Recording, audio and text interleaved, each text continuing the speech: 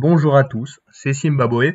Nouvelle vidéo de l'amour, hein, évidemment, vidéo de la semaine à retenir, et oui, voilà, c'est comme ça. Des fois des jours à retenir, des fois des semaines, c'est comme ça, voilà. Et telle est la vie de la chaîne, hein, voilà. Donc, épisode 14, où nous allons donc étudier les événements du 3, 4, 5, 6, 7, 8 et 9 février. Le 3 février, ce sera l'anniversaire d'un coup d'État au Paraguay. Eh oui, donc un coup d'État qui a touché Alfredo Stroessner, donc en 1989, donc qui a été renversé par un coup d'État alors qu'il était président depuis 34 ans.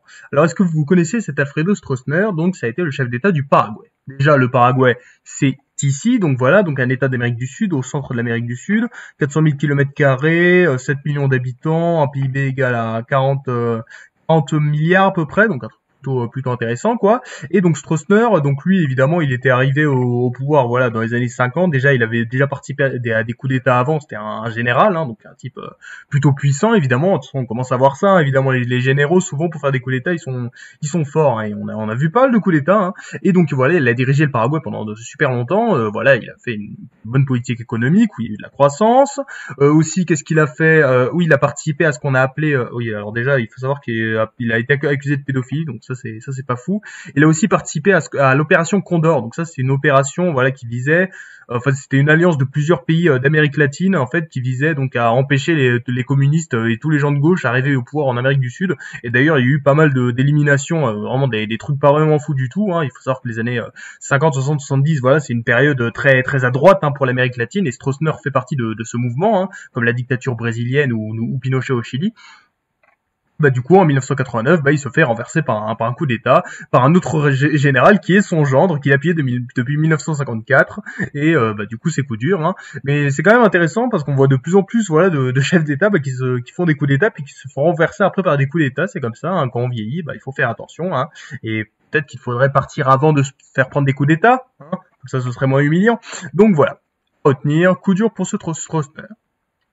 Aujourd'hui, c'est aussi l'anniversaire, bon, d'un truc plus connu quand même, hein, une célèbre conférence internationale, la conférence de Yalta. Donc, qui est donc une réunion de trois pays plutôt importants, évidemment, donc l'URSS, les États-Unis et le Royaume-Uni, hein, voilà, donc les gros BG de l'époque qui se réunissent un petit peu donc pour savoir ce qu'on va faire, comment va se dérouler la guerre après. Alors contrairement à en fait ce qu'on pourrait penser, c'est la conférence de Yalta ça n'a pas été genre la conférence où on décide du sort de l'Europe pour donc les dizaines d'années à venir. En fait, il faut savoir que voilà, c'est contrairement à la légende, ce n'est pas à Yalta que c'est décidé le partage de l'Europe, mais c'est à Moscou. Donc 9 octobre 44 en fait. C'est juste là Yalta c'est pour confirmer donc ce qui a été dit à Moscou. Ils ont fait des petits trucs.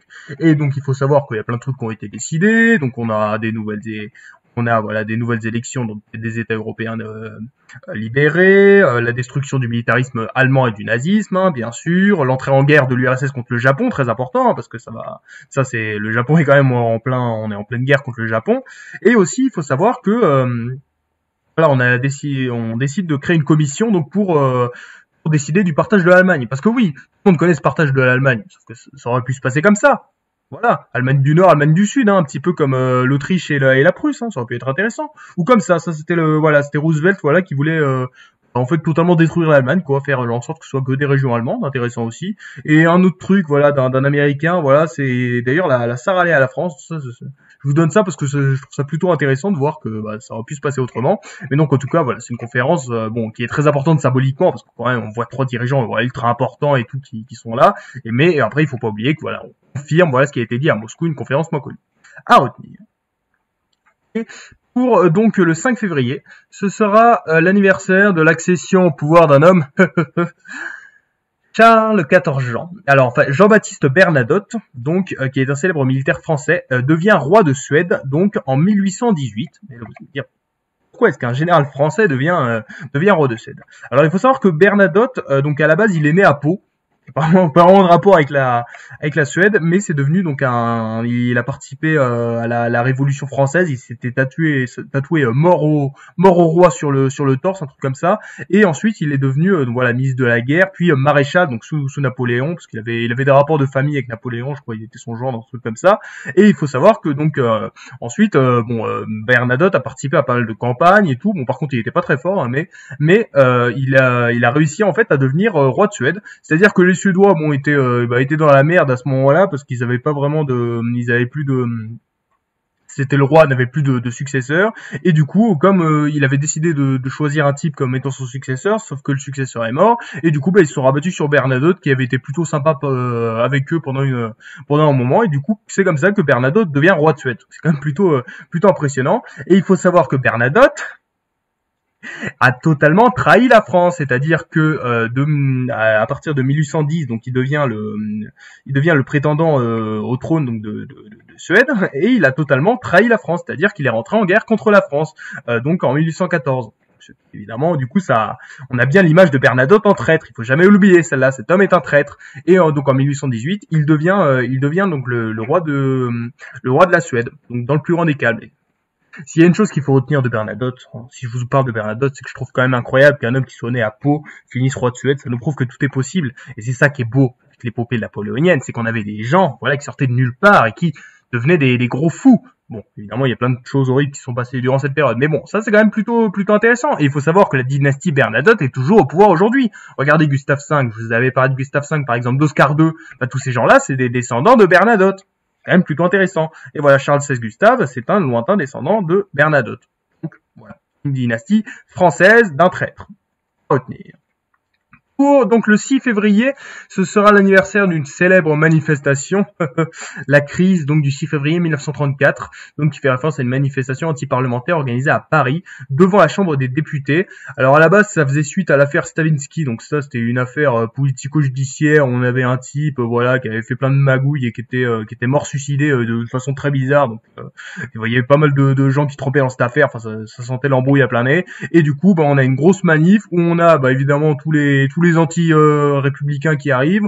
Bon, on a l'Action française, on a la Ligue des Patriotes qui sont là, on a les Croix de Feu aussi, donc tranquillement, donc un mouvement d'anciens combattants dirigé par le colonel de la Roque, donc plein de gens qui aiment pas trop la République. Hein. On est en 1934 aussi, hein, c'est un petit peu un contexte de cassage un petit peu de la démocratie hein, dans pas mal de pays hein, évidemment vous le savez, et du coup il va y avoir des grosses émeutes et tout, mais et vraiment on n'est pas passé loin donc de la fin de la République hein, vraiment c'était plutôt chaud et tout, et il faut savoir que ça a fait plein de morts, c'est-à-dire qu'on est sur voilà plus de 2000 blessés, au minimum 15 morts, et donc voilà c'est plutôt chaud, et ça a totalement choqué la République, et ça a eu comme conséquence donc la réunion donc d'une crise ministérielle, et on a donc un nouveau gouvernement dirigé par Gaston Doumergue. Est-ce que vous connaissez Gaston Doumergue? C'était donc l'ancien président de la République française de 1924 à 1931, et il était très populaire, il était surnommé Gastounet, et du coup voilà, il devient président du Conseil des ministres français voilà pendant 8 mois. D'ailleurs, il va démissionner de lui-même, donc c'est un homme voilà très apprécié,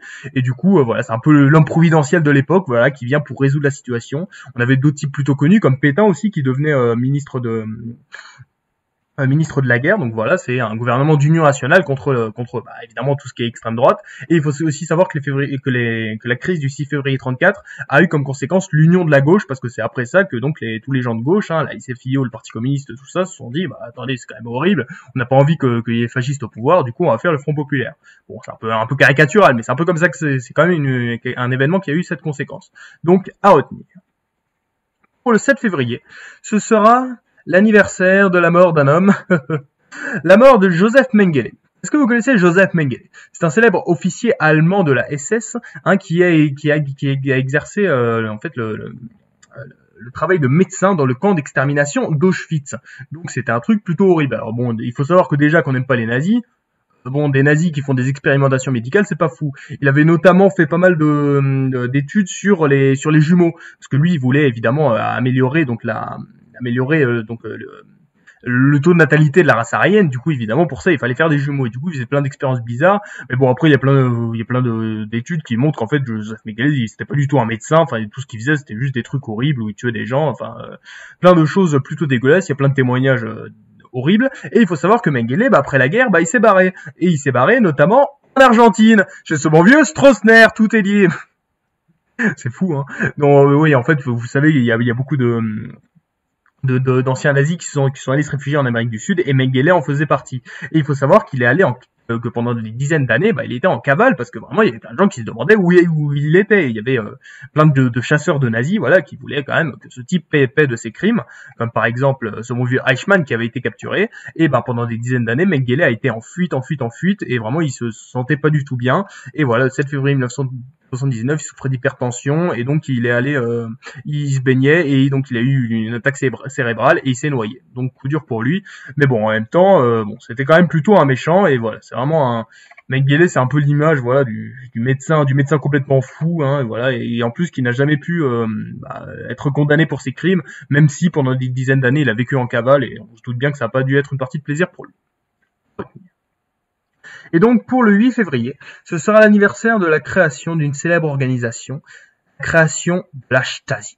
Donc le ministère de la Sécurité d'État, Ministerium für Staatssicherheit, donc évidemment qui était le service de police politique, de renseignement, d'espionnage, de contre-espionnage de la RDA, la fameuse République démocratique allemande, créée donc le 8 février 1850, hein, évidemment, donc sur le modèle du KGB évidemment, hein, pour remplir plusieurs fonctions de police, hein, voilà, ce renseignement, espionnage, contre-espionnage de la RDA, évidemment, comme toute dictature qui se respecte, hein, évidemment, et donc c'était considéré, voilà, comme le Schild und Schwert der Partei, donc le bouclier et le glaive, hein, évidemment, et si la Stasi est très connue, c'est évidemment, donc pour avoir eu énormément de membres, hein, évidemment, et pour avoir créé une structure énorme d'espionnage, et vous le savez sûrement, mais les archives de la Stasi sont complètement énormes, c'est-à-dire qu'ils ont espionné des millions de gens, et du coup, il y a plein de gens qui ont pu, après la chute du mur, évidemment, découvrir que ils avaient été espionnés pendant des années par une organisation pas vraiment gentille, quoi, et donc vraiment, vous le savez sûrement, la Stasi est très connue pour ça,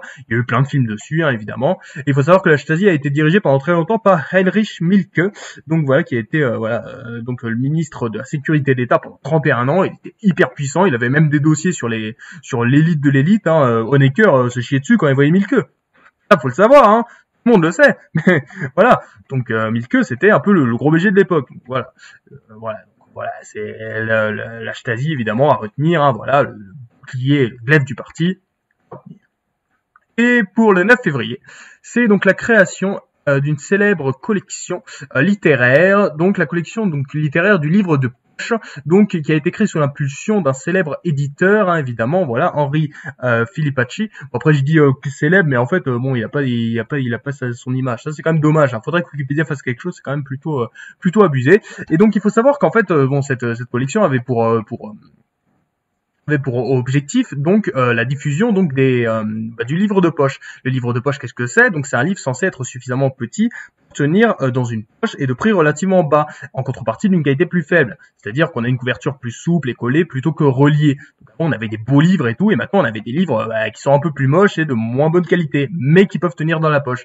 Et il faut savoir qu'en fait ça a été fait parce que voilà, la France traversait une crise du livre, le prix du papier explosait et que évidemment les coûts de fabrication pour le livre de poche étaient beaucoup moins chers.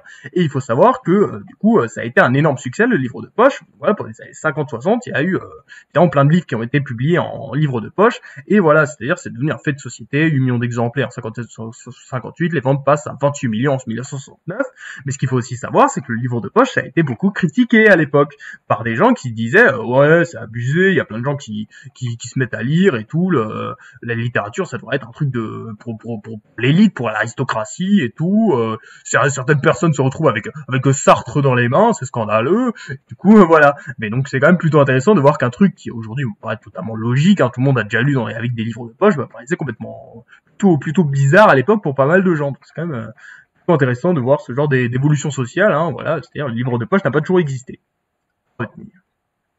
Et bien donc voilà donc les 7 événements de la semaine. Donc on a d'abord un coup d'État qui a renversé le président Alfredo Stroessner en 1989. On a la conférence de Yalta évidemment donc le 4 février qui commence le 4 et qui finit le 11 février 1945.